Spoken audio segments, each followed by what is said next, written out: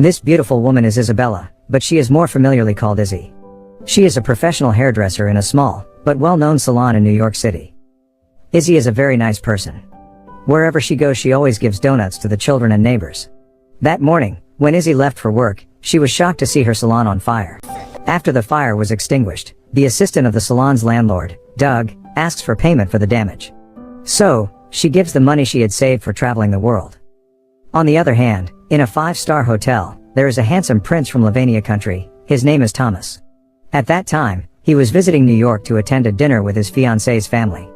As he looked in the mirror, Thomas found his suit and hairstyle strange. But everyone always praised him without wanting to tell the truth. Thomas always said he wanted a haircut. Hearing the request, Walter, the prince's personal servant, immediately looked for the best hairdresser in New York City. Using Google Assistant, Walter got the cell phone number of the nearest salon. When he called the salon, it turned out that the phone was connected to Izzy's salon. Because Izzy had just been in trouble, she answered the call curtly. But when Walter said he was going to pay $500 for a piece, Izzy immediately agreed and hurried off to the hotel. When she got there, Walter took Izzy to meet Prince Thomas. Seeing Izzy's beauty, Thomas was very fascinated. At first, all was well. Izzy served the prince the best she could, because she knew Prince Thomas was an honorable man. But when she was cutting the prince's hair, suddenly the waiter accidentally dropped the drink. The waiter was furious. Seeing the reaction of the prince, who just kept silent even though someone was being abused, Izzy's view of the prince changed. So annoyed, Izzy even ordered Prince Thomas to cut his own hair. Then she left from there. At the salon, Izzy told all the employees about the incident earlier. When she was angry, suddenly Prince Thomas came. He had come to apologize for his behavior, which doesn't seem to care about the others suffering. Prince Thomas also begged Izzy to continue cutting his hair. Hearing the prince's apology, Izzy's anger subsided and she decided to continue cutting Prince Thomas' hair.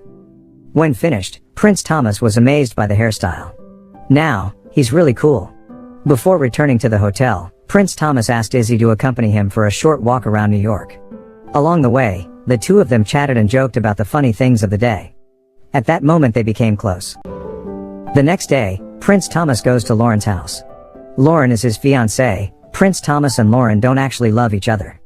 They were both engaged because their parents were betrothed. That day, Lauren's mother was talking about the wedding makeup artist.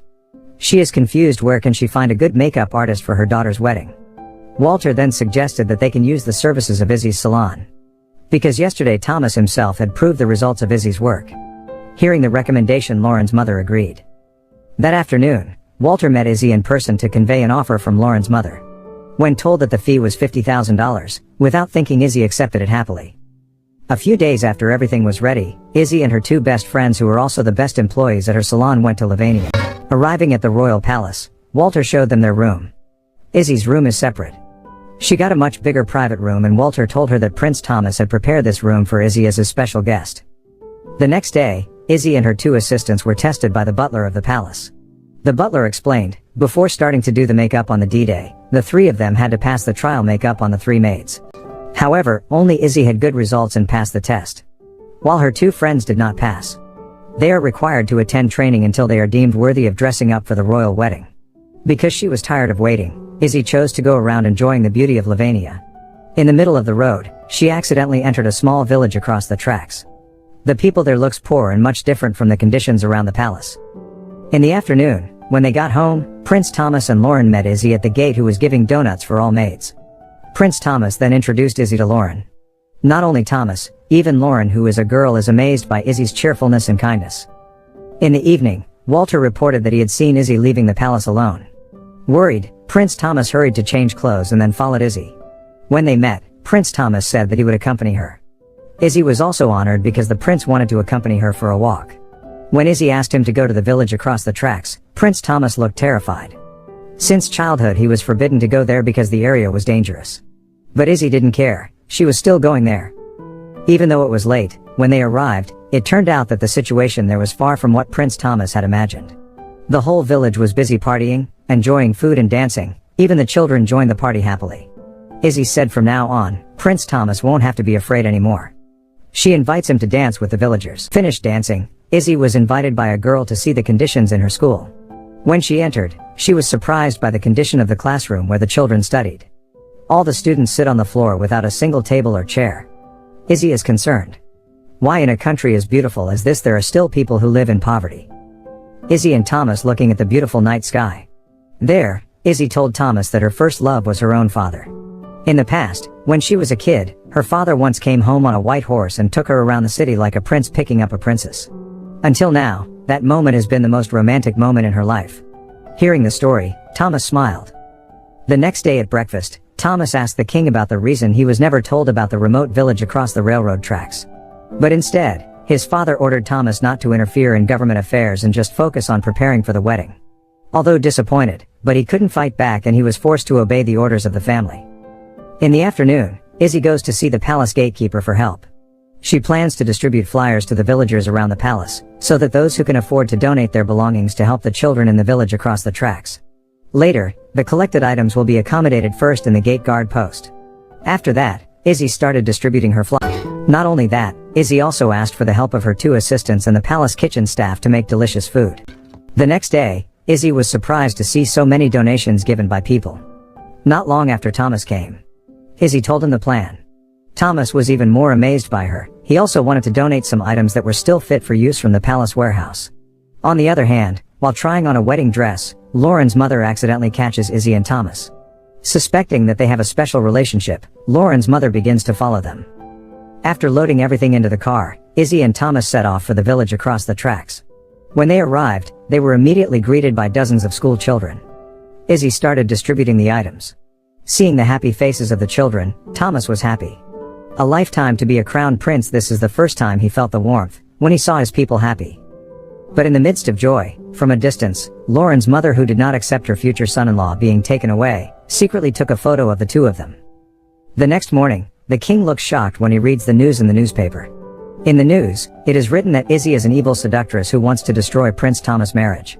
Suddenly, Lauren's parents came furious, then they ordered Izzy to be fired right away.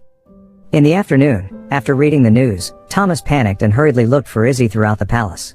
But he couldn't find her anywhere. When went out, he is surprised why Izzy put her things in the car.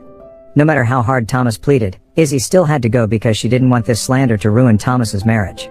With a heavy heart, Izzy was forced to let go of the prince's hand. After Izzy left, Thomas realized that he had fallen in love with her. He then went to his parents and begged them to cancel his marriage to Lauren. But apparently the marriage was irrevocable. The king explained that Lavinia was actually going bankrupt. If Thomas marries Lauren, then Lauren's family, who are wealthy businessmen in New York, can help Lavinia's economy. As a prince, Thomas has a responsibility for the welfare of his people. He was forced to continue this marriage. The next day, Thomas and Lauren's wedding day arrived. In the room, while getting ready, Thomas asked Walter, should he marry a woman he doesn't love? Hearing the prince's question, Walter was saddened.